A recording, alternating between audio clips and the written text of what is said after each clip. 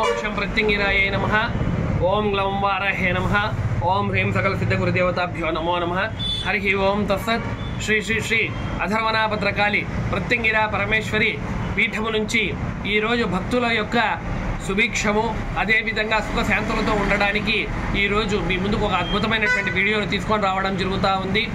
ఇంటిలో సంప్రాప్తించినటువంటి సర్వ దోషాలు, ఇంటిలో జరుగుతున్నటువంటి కలహాలు, కొట్లాటలు, ఇంటిలో జరుగుతున్నటువంటి ఇతరత్రమైనటువంటి నకారాత్మకమైనటువంటి శక్తి వల్ల దాపురించినటువంటి సర్వ విధాలైనటువంటి కష్టాలను తొలగించుకోవడానికి ఒక అద్భుతమైనటువంటి తంత్ర పరిష్కారమును తీసుకొని మీ ముందుకు రావడం జరిగింది.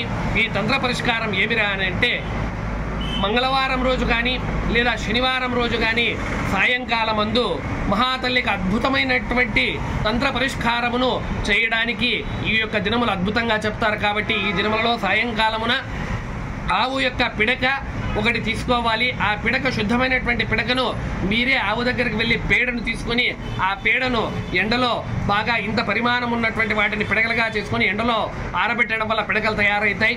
శుద్ధంగా మీ హస్తములతో మీరు చేసుకునేటువంటి వాటికి పరిష్కార మార్గంలో, తంత్ర మార్గంలో 100కు 100% కూడా ఫలితం అనేటువంటిది మీ యొక్క కష్టము ద్వారానే సుఖం అనేటువంటిది కలుగుతుంది. కాబట్టి మీరే స్వహస్తాలతో చేసుకుంటారని ఆశిస్తూ ఆ యొక్క పిడక మీదుగా పచ్చ కర్పూరమును కొద్ది పరిమాణమునందు, అదేవిధంగా గడ్డ కర్పూరమును కొద్ది పరిమాణమునందు 5 లవంగాలకు పైన పువ్వు ఖచ్చితంగా ఉండాలండి. తునిగిపోయినవి, విరిగిపోయినవి ఉంచకూడదు.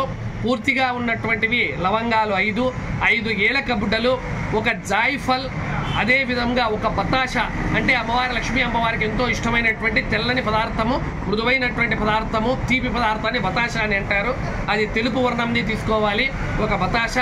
అదే విధముగా గుగ్గిలము కానీ లేదా సాంబ్రాణి కానీ మీకు అవకాశం ఏది దొరికితే ఈ 2 పదార్థాలలో ఒకటి కొద్దిగా తీసుకొని వీటన్నిటినీ కూడా హారతిచ్చేటువంటి పల్లెములో కావచ్చు లేదా ధూపమును వేసేటువంటి పల్లెములో కావచ్చు, వీటన్నిటినీ కూడా ఆ యొక్క పిడక మీద వేసుకొని వెలిగించి ఇంటిలో మొత్తం ఉన్నటువంటి 8 దిక్కుల యందు కూడా ప్రతి చోట ఇక్కడ వేయచ్చా అక్కడ వేయకూడదా స్వామీజీ అని కాకుండా మీ యొక్క బెడ్రూమ్స్ కావచ్చు, కిచెన్ కావచ్చు, హాల్ కావచ్చు, బాత్రూమ్స్లో కావచ్చు, లాన్లో కావచ్చు, అదేవిధంగా బయట ఆరు బయట కావచ్చు, మీ యొక్క పరిసర ప్రాంతములలో అన్నిటిలోనూ కూడా ఈ విధమైనటువంటి ధూపమును చూపించడం వలన సాయంకాలము, సమయం కూడా చెప్తున్నానండి, సాయంకాలము ప్రొద్దు వాలినటువంటి తర్వాత ఈ యొక్క తంతును చేయడం వల్ల అత్యద్భుతమైనటువంటి ఫలితము కలిగి ఇంటిలో వస్తున్నటువంటి కొట్లాటలు, కలహాలు అనేటువంటివి నశించిపోతాయి.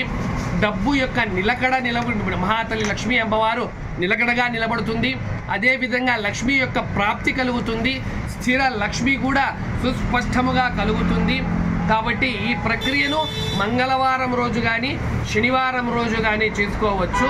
కాబట్టి మీరందరూ ఈ యొక్క తంత్ర మార్గమును అవలంబించి మీ యొక్క జీవితాలలో సుఖశాంతులతో ఉంటారని కోరుతూ ఓం శ్రీ మాత్రే నమః. హరి ఓం తత్సత్.